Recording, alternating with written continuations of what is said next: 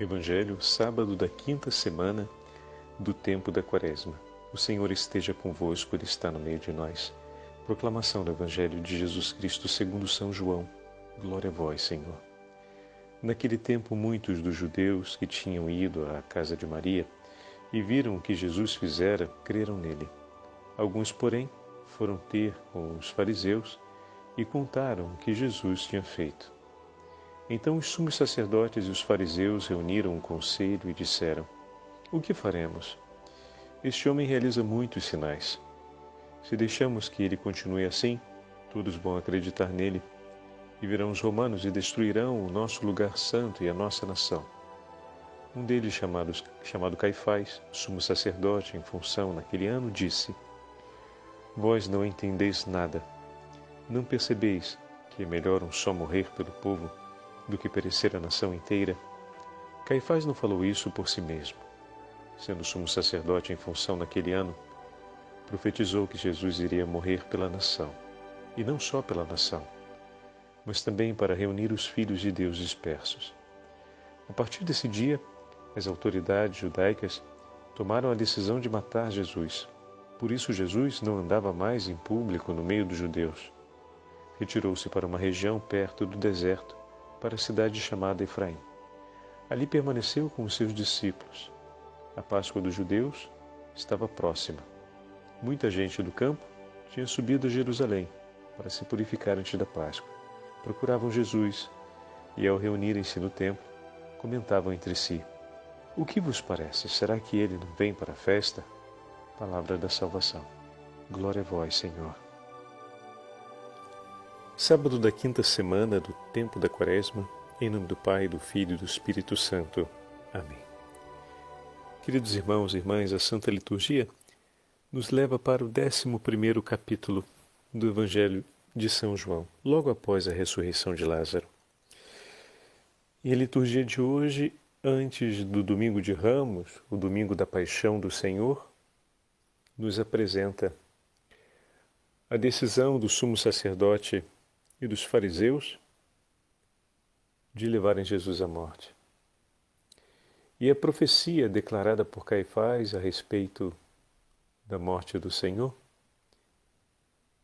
profetizando que ele morreria para a salvação da inteira nação, e São João acrescenta, e não só da inteira nação, mas também para congregar na unidade todos os filhos de Deus que andavam dispersos. Essas palavras são tão bonitas no Evangelho de São João, porque o evangelista apresenta o dado histórico e soma imediatamente o dado da graça, o dado da eleição. O Senhor veio, o Senhor se entrega pela salvação de todos os homens, confirmando aquilo que ele mesmo disse: todo aquele que guardar as suas palavras em seu coração, no coração, se tornará seu discípulo. E mais adiante dirá ainda, na sequência do Evangelho, que todo aquele que guardar a sua palavra no coração, por obra do Espírito Santo, o Pai virá, e desse modo o Pai e o Filho, por obra do Espírito Santo, habitarão no coração desse discípulo. E o Pai viremos e faremos morada nele. É duro ouvirmos no Evangelho de hoje essa decisão por parte daqueles que foram abençoados por Deus, mas perderam essa bênção, para identificar o tempo da graça e da misericórdia, o tempo da vinda do Salvador. Eles parecem muito interessados e preocupados pelas coisas de Deus, preocupados pelo lugar santo, preocupados pela nação, preocupados por verem que esse homem, como eles chamam, faz muitos milagres. Mas os milagres, meus irmãos, não são a confirmação do poder operante de Deus? O que esses homens estão falando então? Que grande escândalo é ver que, reconhecendo o poder de Deus, eles tentam calá-lo, porque o poder de Deus, de certa forma, ofusca o que eles passaram a amar mais do que o próprio Deus, que são os benefícios de parecer diante do povo alguém de Deus.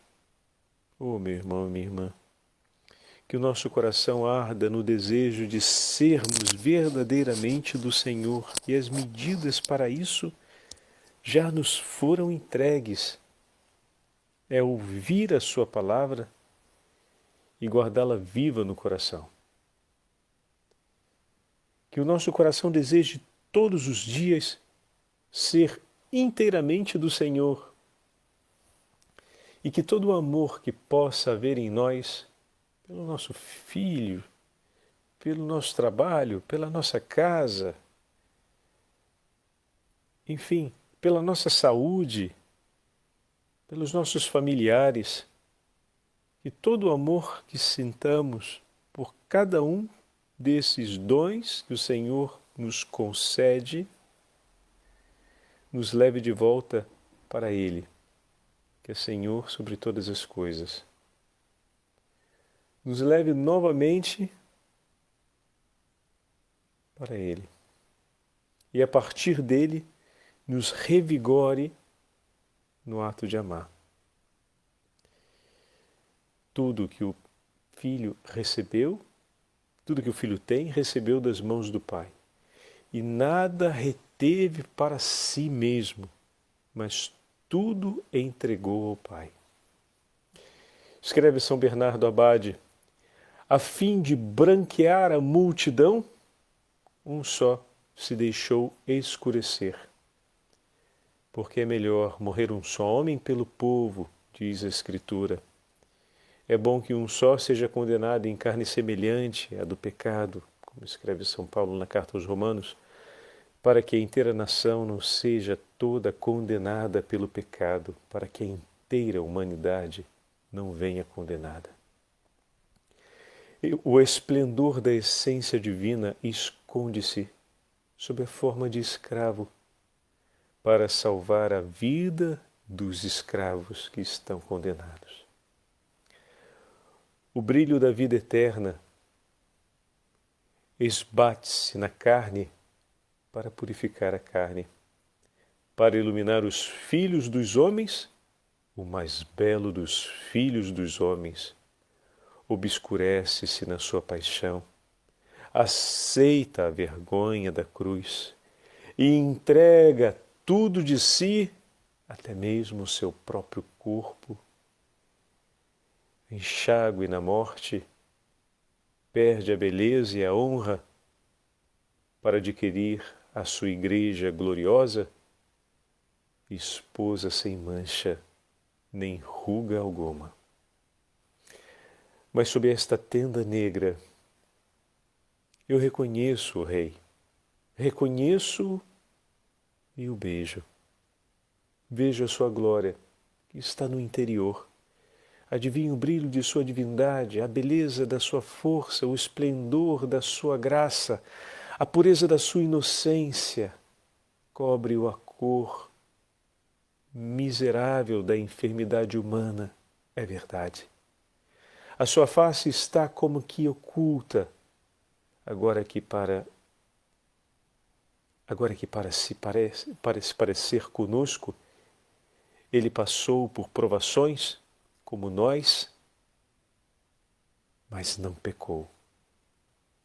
Reconheço também a forma da nossa humanidade impura, reconheço essa túnica de pele, a veste dos nossos primeiros pais, tão marcada e tão degradada por nossas faltas. Mas o meu Deus vestiu-se com ela, tomando a forma do escravo, como eu me tornei por meus pecados, tornando-se semelhante aos homens e vestindo-se como eles. sob essa pele de cabrito, sinal do pecado com que Jacó se cobriu, Gênesis capítulo 27. Reconheço a mão que não pecou, a nuca que jamais se curvou sob o domínio da maldade. Eu sei, Senhor, que és por natureza manso e humilde de coração, acessível, pacífico e sorridente. Tu que fostes ungido com óleo da alegria mais do que os teus iguais. De onde te vem então essa rude semelhança com Esaú, essa horrível aparência do pecado? Ah, meu Senhor, essa é a minha aparência que está sobre ti. Reconheço o meu bem e debaixo da minha face vejo o meu Deus e meu Salvador, que toma minhas dores e que, olhando para mim, repete: foi por ti que eu vim, para ter-te ao meu lado. Meu irmão, minha irmã, como não se comover diante dessas palavras de São Bernardo, falando a respeito da entrega do Senhor na cruz por nós?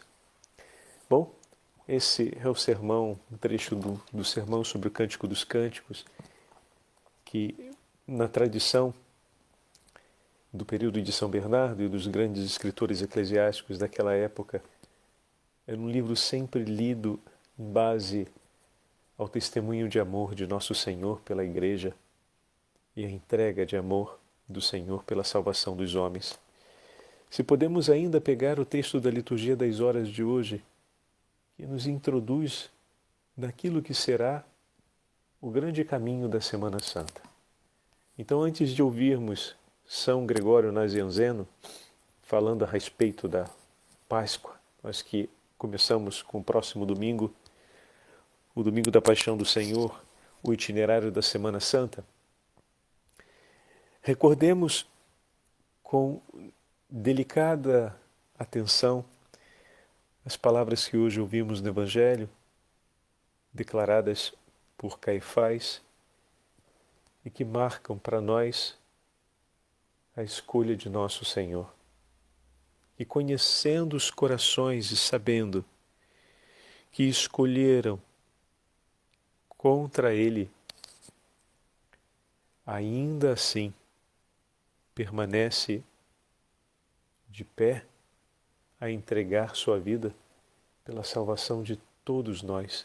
Essa foi uma meditação que foi repetitiva durante essa inteira semana, porque é o urlo da quinta semana do tempo da Quaresma, nesse ano em que estamos.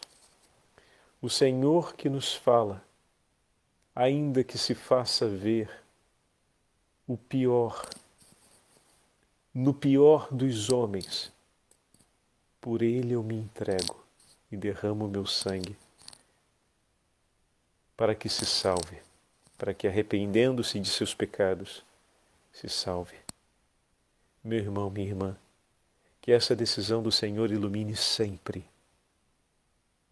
a nossa atitude na hora de olhar para cada um de nossos irmãos e irmãs, na hora de olharmos para os nossos próprios pecados e vivermos um bendito exame de consciência e de confidência à misericórdia de Deus, e que seja esse o testemunho primeiro que nos leva ao encontro do itinerário dessa Semana Santa. Agora, leio esse trecho de São Gregório Nazianzeno, que usa uma imagem muito delicada. Ele vai pegar os personagens que vão aparecer ao longo da narrativa da Paixão, que amanhã estaremos ouvindo, e vai nos colocando junto de cada um deles, para que nós abracemos Cristo vivendo a experiência de cada um deles. Vamos participar da festa da Páscoa, por enquanto ainda em figuras, embora mais claramente do que na antiga lei. A Páscoa legal era, por assim dizer, uma figura muito velada da própria figura, que é a celebração da Páscoa, da paixão, morte e ressurreição do Senhor. Aqui ele está se referindo à Páscoa celebrada pelos hebreus. Mas em breve participaremos de modo mais perfeito e mais puro quando o Verbo vier beber conosco o vinho novo no reino de seu Pai, revelando definitivamente o que até agora só em parte nos mostrou: a nossa Páscoa é sempre nova. Quanto a nós, participemos também desta festa ritual, não segundo a letra, mas segundo o Evangelho, de modo perfeito e não imperfeito, para a eternidade, não temporariamente. Seja a nossa capital, não a Jerusalém terrestre, mas a cidade celeste. Não a que é agora arrasada pelos exércitos, mas a que é exaltada pelo louvor e aclamação dos anjos. Sacrifiquemos não novilhos ou carneiros com chifres e cascos, vítimas sem vida e sem inteligência. Pelo contrário, ofereçamos a Deus um sacrifício de louvor sobre o altar celeste, em união com o coro dos anjos. Atravessemos o primeiro véu, aproximemo-nos do segundo e fixemos o olhar no Santo dos Santos. Direi mais ainda: imolemo-nos a Deus, ou melhor, ofereçamo-nos a Ele cada dia, com todas as nossas ações. Façamos o que nos sugerem as palavras. Imitemos com os nossos sofrimentos a paixão de Jesus. Oremos com o nosso sangue e o seu sangue, e subamos corajosamente a sua cruz junto com ele. Se és Simão Cirineu, toma a cruz e segue a Jesus. Se, qual ladrão, estás crucificado com Jesus como homem íntegro, reconhece a Deus. Se por tua causa e por teu pecado ele foi tratado como um malfeitor, torna-te então justo por seu amor. Adora aquele que foi crucificado por tua causa. Preso à tua cruz, aprende a tirar proveito até da tua própria iniquidade, olhando para o Senhor que está ao teu lado. Adquire a tua salvação com a sua morte. Entra com Jesus no paraíso, entregando a sua morte em suas mãos. E saberás que bens perdestes a tua queda. Contempla as belezas daquele lugar e deixa que o ladrão rebelde fique dele excluído, morrendo na sua blasfêmia. Se és José de Arimateia, pede o corpo a quem o mandou crucificar, e assim será tua a vítima que expiou o pecado do mundo. Se és Nicodemos, aquele adorador noturno de Deus, unge-o com perfumes para a sua sepultura e o ama ali também. Se és Maria, ou a outra Maria, ou Salomé, ou Joana, derrama então tuas lágrimas por ele e se compadece daquele que, compadecido por ti, entregou sua vida. Levanta-te de manhã cedo, procura então ser o primeiro a ver a pedra do túmulo afastada e a encontrar talvez os anjos, ou melhor ainda, eu lhe asseguro, encontrarás o teu próprio Senhor, Jesus. O Senhor esteja convosco, Ele está no meio de nós. Pela intercessão da bem-aventurada Virgem Maria e pela intercessão de São Gregório Nazianzeno, abençoe-vos o Deus Todo-Poderoso, Pai, Filho e Espírito Santo. Amém.